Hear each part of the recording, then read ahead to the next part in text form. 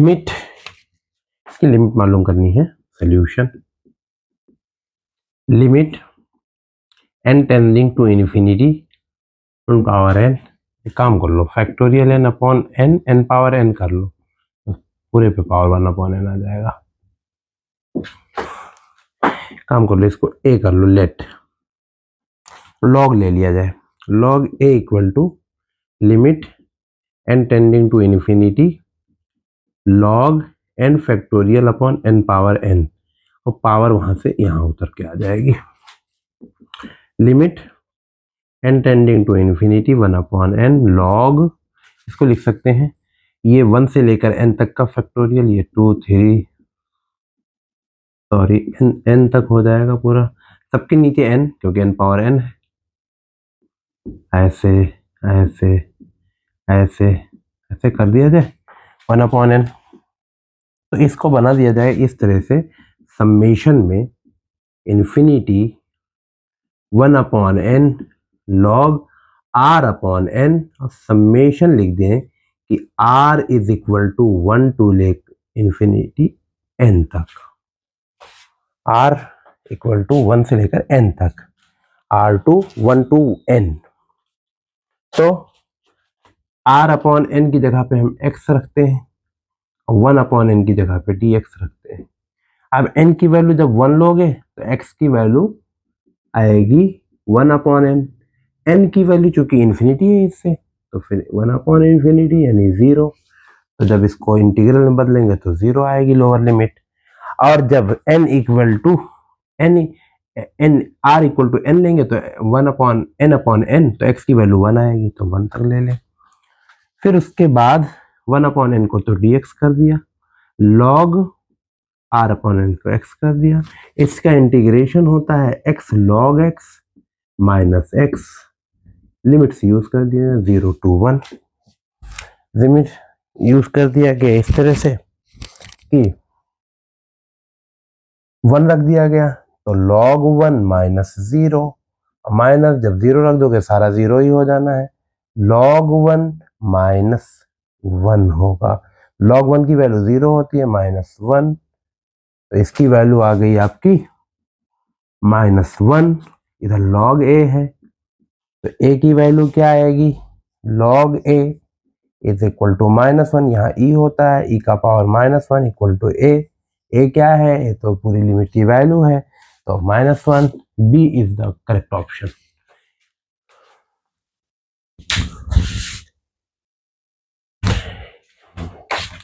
इस सीरीज का हमें लिमिट निकालनी है। Solution limit n tending to infinity, व n ऊपर तो n ही है, नीचे n स्क्वायर है सब में, यहाँ 1 2 3, इसको लिख दें r स्क्वायर, समेशन लगा दें r इक्वल टू 1 से लेकर n तक।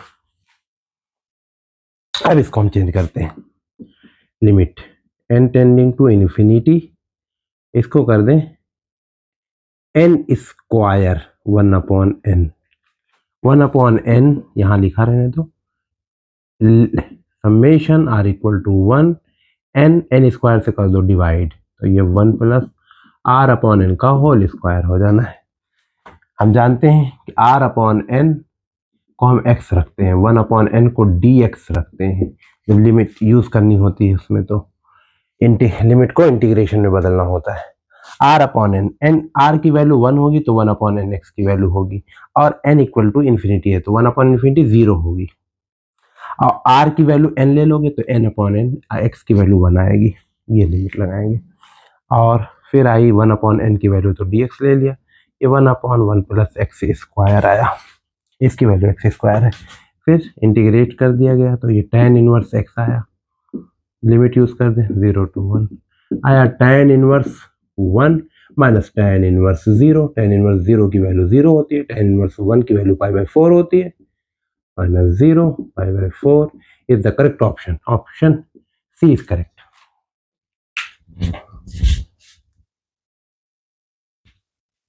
ये क्वेश्चन है लिमिट, अब ये 1 upon n square 2 upon n square, ये अगर ऐसे बन जाए स्क्वायर n कर लिया जाए, ये देखो 1/n², 4/n², अगर इसको n² कर दिया जाए तब भी ठीक है। तो लिमिट बन जाएगी solution n tending to infinity 1/n², 2/n², n/n², r/n², sec square r square, और समेशन लगा दिया जाए r इक्वल टू 1 रखो, फर्स्ट टर्म आ जाएगा, और n तक n रखो, लास्ट टर्म आ जाएगा, n/n², ठीक है, लास्ट टर्म आ जाएगा। फिर इसको क्या किया जाए, r/n को हम कर लेते हैं x, और 1/n को कर लेते हैं dx। r इक्वल टू 1 रखें तो 1/n आएगा, n टेंडिंग टू इन्फिनिटी है तो x equal to lower limit बनेगी 0, और r इक्वल टू 1 n रख दिया जाए तो n/n 1 आएगा। 1/n यहाँ से अलग कर लिया गया, dx हो गया। अब r/n ये x रखा गया, ये sec स्क्वायर r/n तो x स्क्वायर। अब इसका इंटीग्रेट करके वैल्यू निकाल लेनी, तो ऐसे लिख दिया जाएगा इसको 0 to 1 sec square x square, इस x को इसी में मिला दिया जाए dx स्क्वायर, 2 से कर दिया जाए डिवाइड तो 2x स्क्वायर, 2x आएगा और 2 कैंसिल हो जाएगा, यही हो जाएगा। तो फार्मूला होता है हमारा sec स्क्वायर x dx, तो होता है tan x, तो यहाँ पर क्योंकि x स्क्वायर है, यहाँ पर भी x स्क्वायर है, तो tan x स्क्वायर हो जाएगा, tan x square. Limit use कर लीजिए 0 to 1, 1/2 पहले से पड़ा हुआ है तो 1/2 1 रख दिया जाएगा, tan 1 माइनस tan 0, tan 0 की वैल्यू 0 होती है, बात खत्म हो गई, तो half tan 1, this is the correct option, correct option is A is the correct option.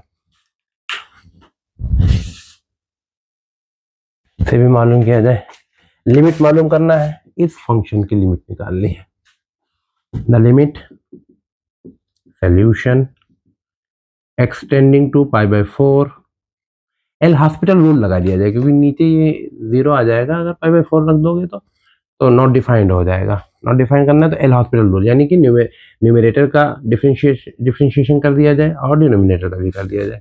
तो डिनोमिनेटर का तो बहुत ईजी हो जाएगा 2x, ये हो जाएगा इसका 0। न्यूमरेटर का इंटीग्रल क्या करना है तो बाय लिबनीज लॉ लगेगा, तो लिबनीज का रूल क्या है कि हम डिफरेंशिएट करते हैं इसका अपर लिमिट का sec स्क्वायर x, और फंक्शन में अपर लिमिट को रख दिया जाता है, माइनस डिफरेंशिएट करते हैं लोअर लिमिट का, लोअर लिमिट का डिफरेंशिएट करोगे 0 जाएगा, f अब फिर कुछ भी आए सब 0 ही रहेगा, और हमला खत्म करो 0 ही रहेगा। तो डिफरेंशिएट किया गया 2 sec x हो जाएगा, फिर sec x का करेंगे sec x tan x होगा, इसका डिफरेंशिएट करना नहीं है, इसका लिखा रहना दो, अपॉन 2x लिमिट है x टेंडिंग टू π/4, π/4 रख दिया जाए, 2 sec स्क्वायर π/4, sec π/4 की वैल्यू √2 होती है, sec स्क्वायर है 0, tan π/4 वैल्यू 1 होती है, f sec π/4 की वैल्यू √2 होती है, स्क्वायर की वजह से 2 हो जाएगा, f2, तो ये हो गया 2, ये भी हो गया 2, ये भी f2, तो ये 4f2 आ रहा है, नहीं नीचे वाला हम लोग क्यों छोड़ रहे हैं, x की वैल्यू π/4, नीचे 2 इंटू π/4 यानी हो गया आपका π/2, तो π/2, 2 ऊपर चला जाए तो आ गया आपका 8, इधर लिख दें 8/πf2। अब ऑप्शन ये वाला ऑप्शन नहीं, ये नहीं, ये नहीं, ये नहीं, option A is correct.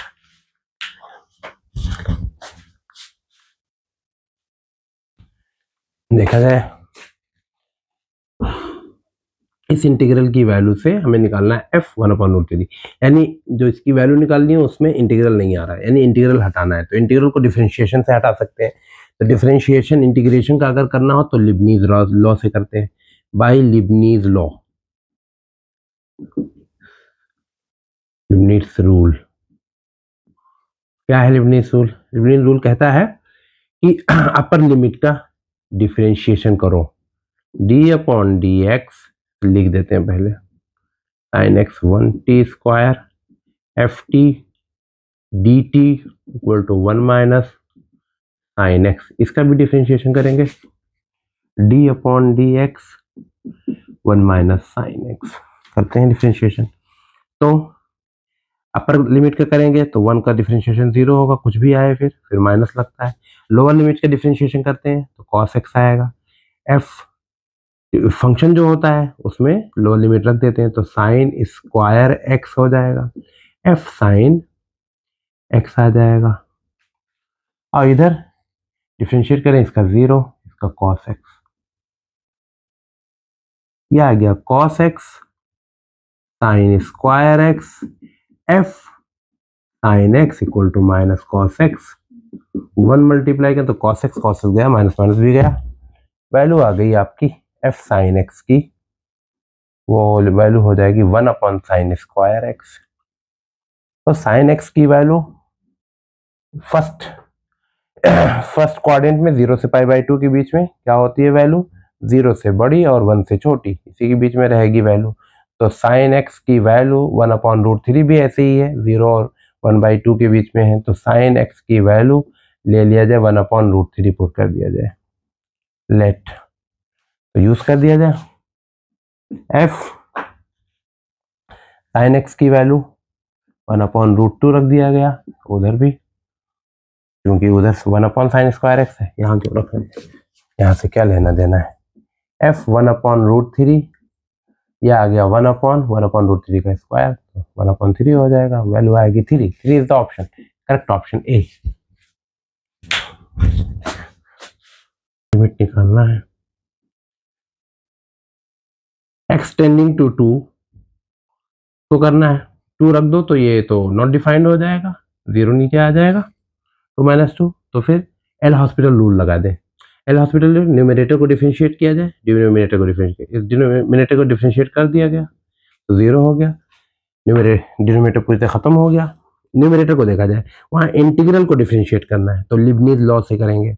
Leibniz law कहता है कि पहले डिफरेंशिएट करो किसको? अपर लिमिट को, तो f' कर दिया जाए और फंक्शन में अपर लिमिट को रख दिया जाए fx होल क्यूब। फिर उसके बाद लोअर लिमिट का किया जाए तो लोअर लिमिट में 6 है, उसका डिफरेंशिएशन 0 होगा, आगे कुछ भी आए तो 0 ही होगा। तो फिर लिमिट, अब लिमिट यूज कर लिया जाए, x इक्वल टू 2 पुट कर दिया जाए तो f' 2 4 f2 का होल क्यूब, f' 1/48 है, ये दिया गया है, इंटू 4, f2 की वैल्यू 6 है, 6 क्यूब यूज कर लिया जाए, 4 से ये 4/12, 6 क्यूब है तो 6 क्यूब का मतलब 6 × 6 × 6 12, 6 × 2, ये 6 खत्म हो गया, ये 2 से खत्म होगा, 36/2 तो 18 आ गया। 18 is the correct answer, option A is correct.